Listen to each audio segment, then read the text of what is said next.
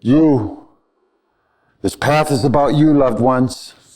You know, when we come into this world and we're taught by our parents and the priestcraft and our teachers, it's all about you, like, you young little punk, you're nothing. Kind of like that.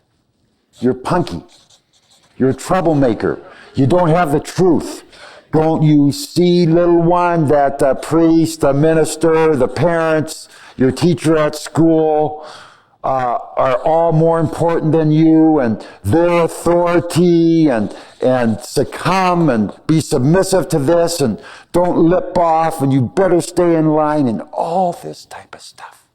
And we're sitting there as a little kid getting battered by all these impressions.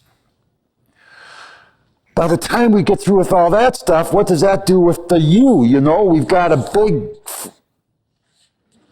That's the way it is. Like, you know, what's the point? I got nothing going for me. I'm a nobody. And then you get into a spiritual path, a monotheistic religion, or a psychosomatic teaching, or philosophy, or some type of yoga, or metaphysical pursuit, and this is accentuated and reinforced. Yes, you're nothing. And your guru is everything, or spirit is everything, or the church, or the ashram, or the synagogue is everything. And this just reinforces what I call Grumpsville. And I don't blame this chap, male or female, or both, for being down in the dumps, because all this person's been told is that you're a nobody. And don't be so vain and arrogant to think otherwise. Now, we know that the whole point of spirituality is to illuminate and anoint the individual. And so now you get onto a light and sound path, and the master and his teachings have to turn all this around. It's just the opposite of what you've been told. The main player is not the most respected person, or the minister, or the guru, or the teaching. The main player is you.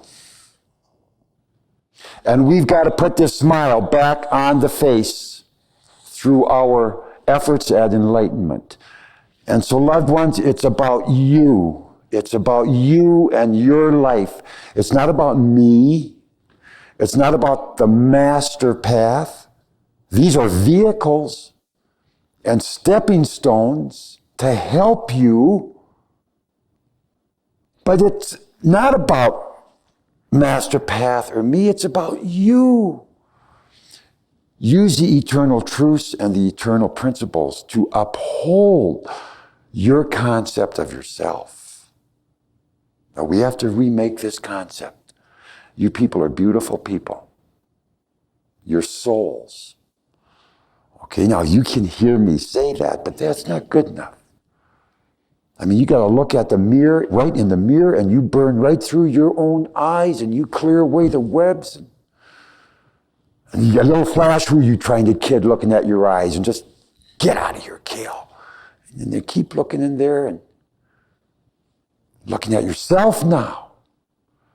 Now, not an ego trip, not an arrogant trip. No, in your idea of spirituality, come on, let's get from the little cripple and stand up there majestically. I am the soul. I am the truth. I am spirit. Yes, I make mistakes, but I learn from them, and I'll be better for it. I will not get pulled down. I will not demean myself. Now, this is you, loved ones. Forget everyone else. You. That's about you. And so I'm trying to turn all this around.